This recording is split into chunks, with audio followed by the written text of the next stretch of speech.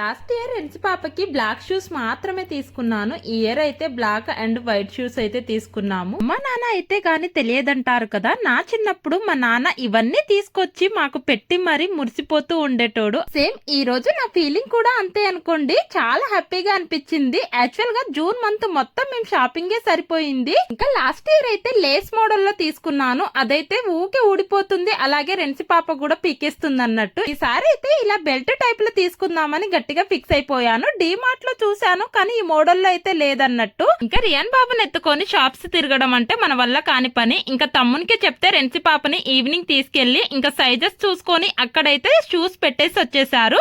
అయితే రెన్సి పాపకి తెలియదన్నట్టు next day morning అయితే తనకి సర్ప్రైజ్ గా ఇచ్చాను. చాలా హ్యాపీగా ఫీల్ అయ్యింది. అలాగే డైలీ వేర్ స్లిప్పర్స్ లో ఈ మోడల్ అయితే చాలా బాగా నచ్చింది, అందుకే తీసుకున్నాను. ఇప్పటికి 4-5 పేర్స్ ఉన్నాయి కానీ తప్పదు, పిల్లలకి ఏది తీసుకున్నా కూడా తక్కువనే అనిపిస్తుంది.